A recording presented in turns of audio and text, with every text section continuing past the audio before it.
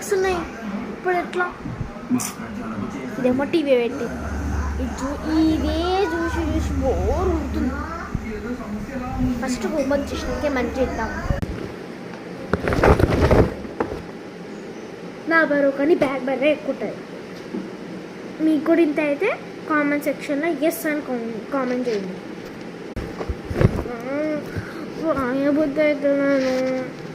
బుద్ధి అవుతలేదు, ఏం చేస్తాం, రాయాలి.